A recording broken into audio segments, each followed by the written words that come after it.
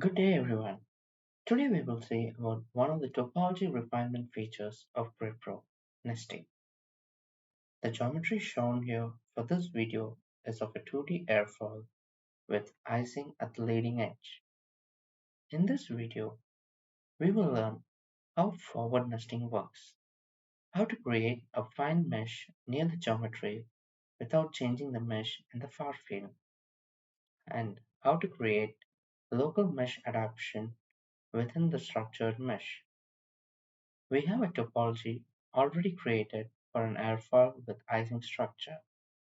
In this case, we focus our area of interest on the icing structures.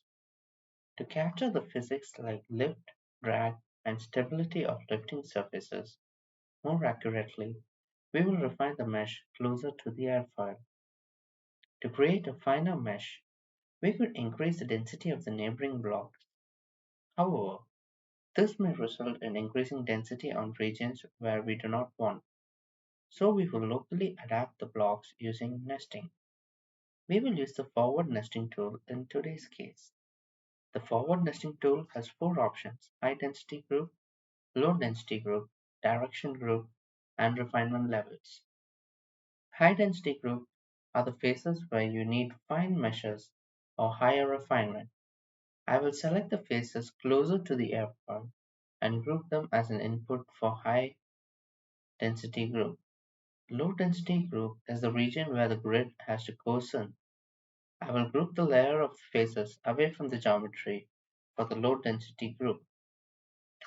The direction group, as the name suggests, to show along which direction the nesting is done. Finally, the number of refinements, which decide on the number of layers of nesting.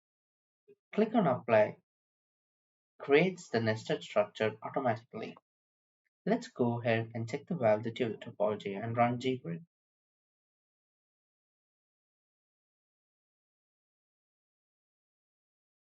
Let the grid generator smooth 5000 sweeps. The grid is loaded into the grid panel. View the grid in the grid panel and check for the quality. We get a 0-fold grid with a skewness value of 0.66.